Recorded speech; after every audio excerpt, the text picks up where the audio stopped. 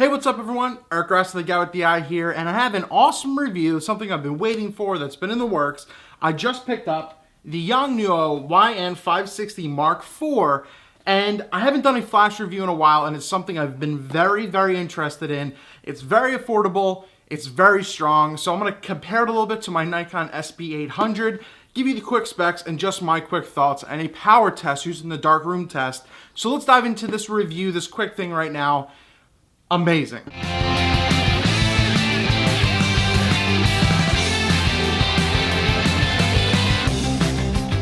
So I'll take this out of the box, I'll show you a bunch of B-roll while I'm talking and everything like that.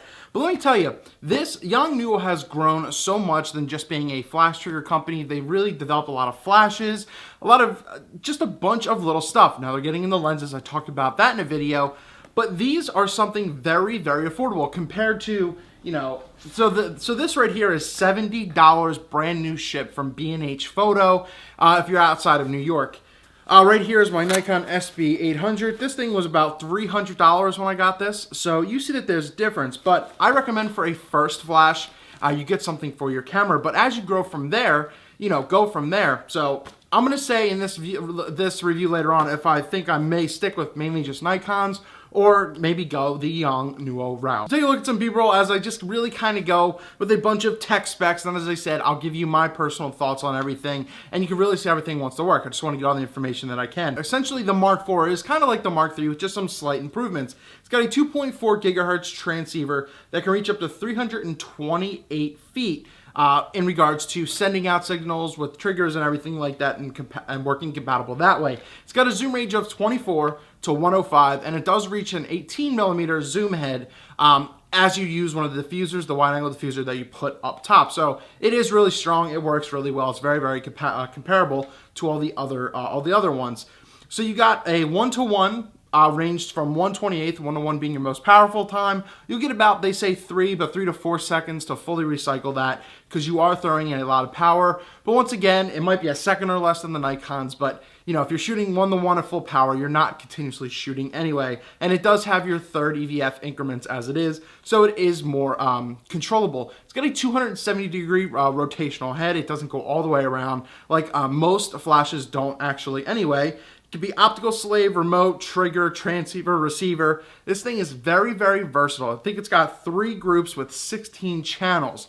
Now, my thing is and I just made a video showing that you can communicate with the Yongnuo triggers and, you know, as wireless shutters and things like that. But my main issue was that finding a way to connect these, because your Yongnuo triggers, these RF603s, 602s, both versions of the 603s, and the YN-560 TX, a transmitter, all work wirelessly with this flash. So you don't need a trigger for this. It's essentially built into that. It communicates with that. And my problem was syncing and finding into the to the receiver mode, finding which channel it was. I mean, this took me a little bit of time to find out. It was like channel 9 or something. So that will take some getting used to, but you know, I've heard a lot of different things. My triggers are set to channel 1. I thought it'd be like group A, channel 1.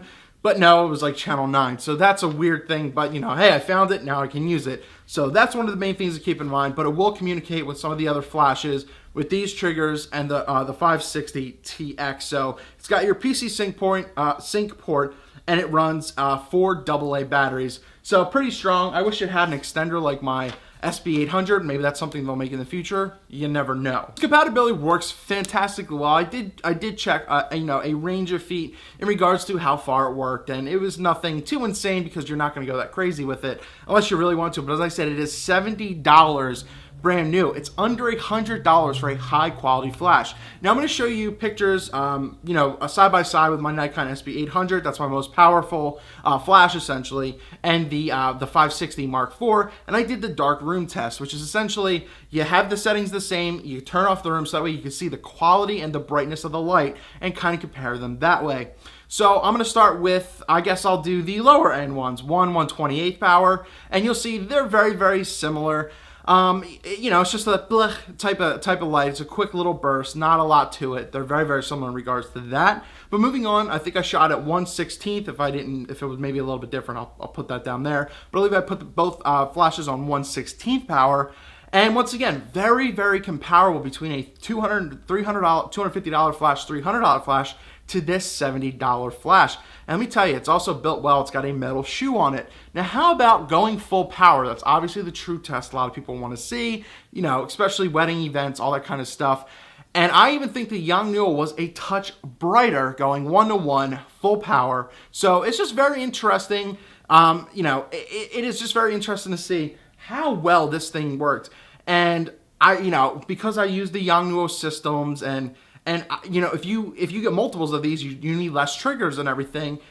It's just so easy. You know, I am highly debating at least selling, because I have a SB80 DX here. I'm highly debating selling that, and you know, I might be able to get $100 something for that, and picking up another Yongnuo flash. Now, I like this thing. This is an older flash. Zach Arias recommended this when he shoots with flashes a lot, especially on the Nikon side. But these Yongnuo, I mean, I highly will recommend this new YN-560 Mark IV. It's actually like $1 cheaper than the Mark III, but this thing is very, very compatible with a lot of things Yongnuo already has, and it's only going to get better, and it's pretty much cost efficient. You know, people might say, well, the quality, you know, the flash heads might not last as long, but to replace a $300 flash head is very, very similar to just buying a new flash at that point.